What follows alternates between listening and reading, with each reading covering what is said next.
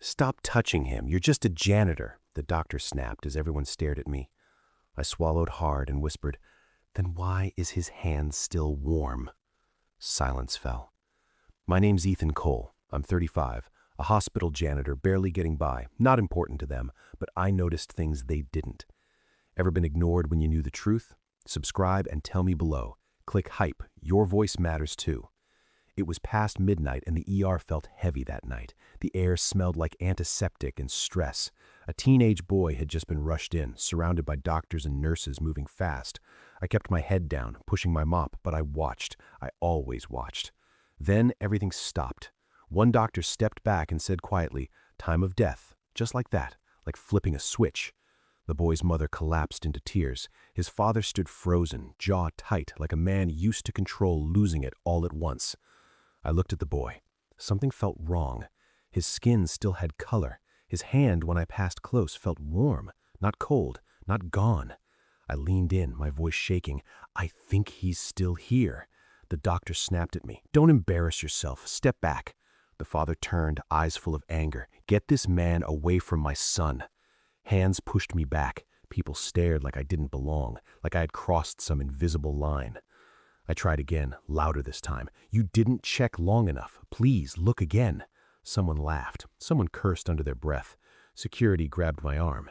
As they dragged me away, I saw it. His finger moved. Clear. Real. And no one else saw it.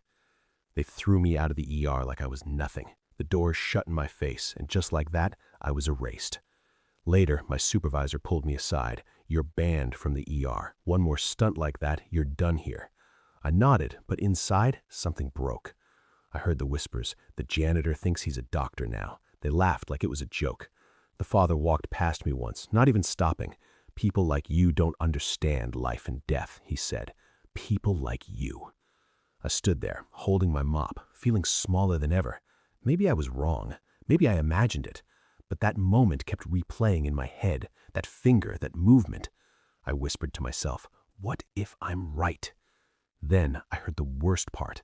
They were already preparing to move his body, fast, quiet, like they wanted it over. My chest tightened. If they were wrong, this wasn't just a mistake. It was the end.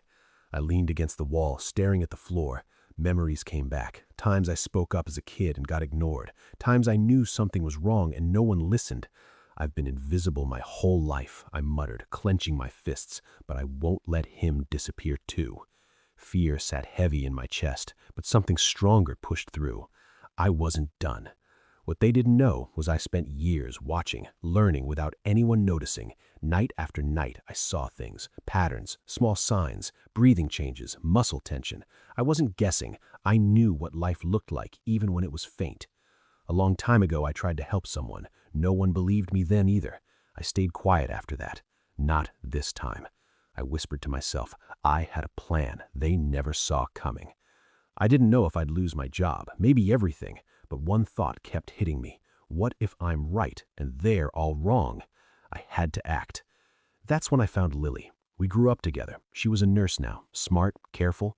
She pulled me in a corner. "You're not crazy," she said softly. "I saw something too." My heart jumped. "You did?" She nodded. His readings before they stopped, they didn't fully match. We moved fast. She checked the system quietly, risking everything. I stood watch, my pulse racing.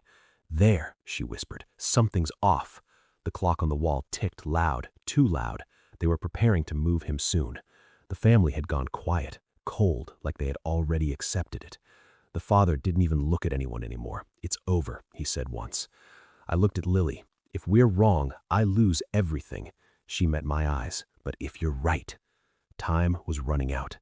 I took a breath. This was it. I pushed the door open just as they were about to move him. The room froze.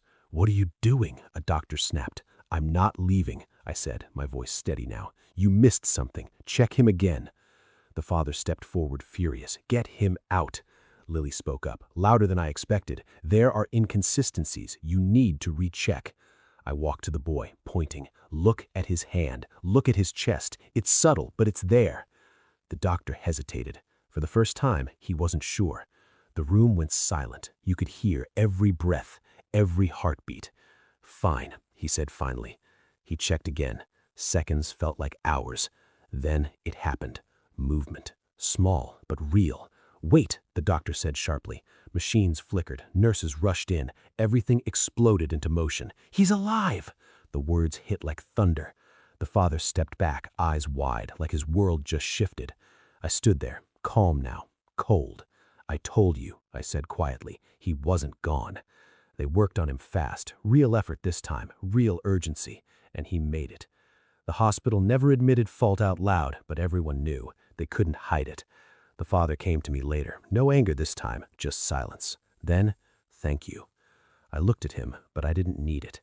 All those moments, all that doubt, all the times I was ignored, gone. I proved them wrong. Not with anger, not with shouting, with truth. I walked out of that hospital different, stronger.